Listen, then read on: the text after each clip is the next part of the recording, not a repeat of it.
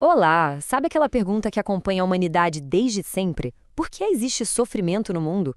Hoje, a gente vai mergulhar numa estrutura teológica bem interessante que tenta trazer uma luz para essa questão. Pois é, a pergunta é exatamente essa.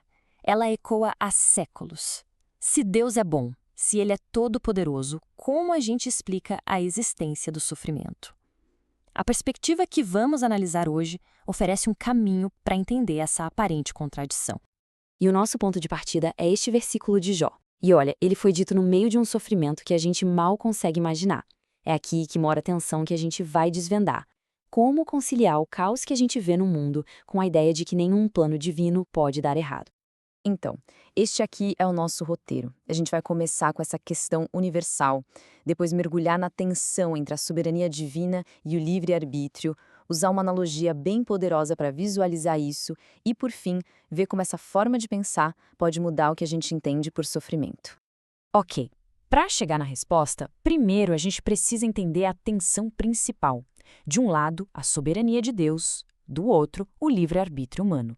Parecem coisas opostas, né? Mas, nessa visão, elas não só coexistem, como trabalham juntas. Vamos ver como? O primeiro conceito-chave que a gente precisa entender é o de predestinação.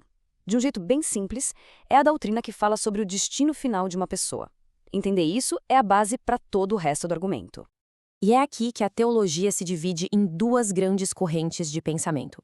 Uma delas defende que a predestinação se baseia no fato de que Deus já sabe, de antemão, quais serão as escolhas de cada um. A outra diz que não, que é uma decisão puramente soberana de Deus, que não depende de nada que a gente faça. E aqui está o pulo do gato para todo o resto da nossa análise. A perspectiva que a gente está explorando adota a primeira visão. A ideia é que Deus, por já conhecer o coração de cada pessoa, baseia sua escolha nesse conhecimento prévio. É importante guardar essa premissa, porque tudo que vem a seguir depende dela.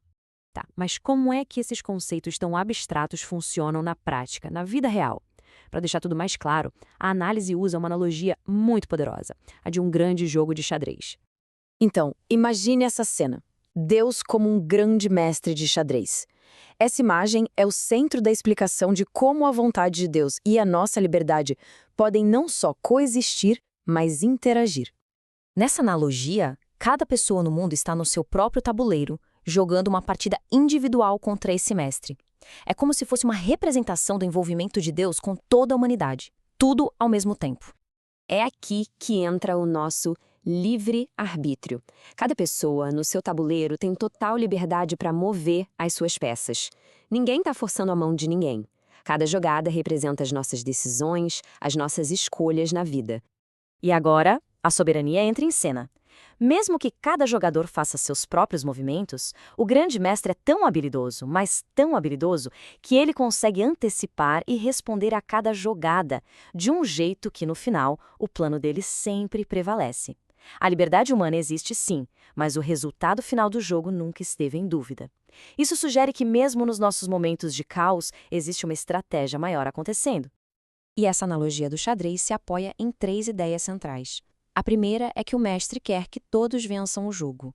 A segunda é que a vitória do mestre já é garantida. E a terceira é que as nossas jogadas são livres, mas elas nunca vão conseguir impedir o checkmate que ele planejou desde o início. Certo, mas se o grande mestre tem tudo sob controle, isso leva a uma pergunta ainda mais difícil, não é? A questão é, por que o mal acontece com aqueles que já estão, digamos, alinhados com Deus? Os eleitos, como a teologia chama. Se eles já fazem parte do time vencedor, por que ainda passam por sofrimento? A resposta, segundo o material que a gente está analisando, se divide em duas possibilidades bem distintas. Então, existem dois caminhos possíveis. O primeiro é a negligência. É quando o sofrimento age como uma disciplina, uma correção de rota por causa de um desvio. O segundo é a provação. Essa acontece mesmo quando a pessoa está no caminho certo. O propósito aqui não é punir, mas construir, fortalecer, preparar para algo maior. Isso tudo nos leva ao ponto central, ao coração de toda essa estrutura. Uma mudança radical na maneira como a gente enxerga o mal e o sofrimento. É preciso reparar num detalhe que parece pequeno, mas que é crucial nas fontes. A palavra mal quase sempre aparece entre aspas. Isso não é por acaso, não. É um convite para a gente questionar a nossa definição humana e limitada do que é de fato mal. E a base para essa mudança de perspectiva é este versículo super famoso. A afirmação aqui é muito ousada. Para os eleitos, todas as coisas, não só as boas, mas todas as coisas, estão sendo costuradas juntas para um bem maior. Então, o que seria esse bem? A fonte define o bem supremo não como conforto ou felicidade aqui na Terra, mas como destino eterno de uma pessoa. Nessa ótica, o sofrimento desta vida é visto como algo temporário, que serve a um propósito muito, mas muito maior, produzir uma glória eterna que supera infinitamente qualquer dor. Agora, vamos juntar todas as peças e chegar à conclusão central de toda essa perspectiva. Então, o ponto crucial é este.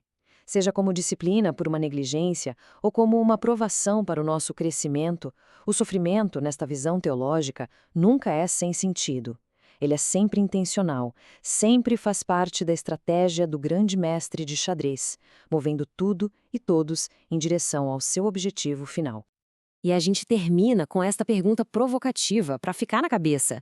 Partindo desse ponto de vista, e se a dificuldade não for uma falha no sistema, um erro no plano, mas uma característica fundamental do projeto? Talvez uma ferramenta projetada para nos moldar para um bem muito maior do que a gente consegue enxergar agora? Essa é a mudança de paradigma que essas estruturas teológicas nos convidam a considerar.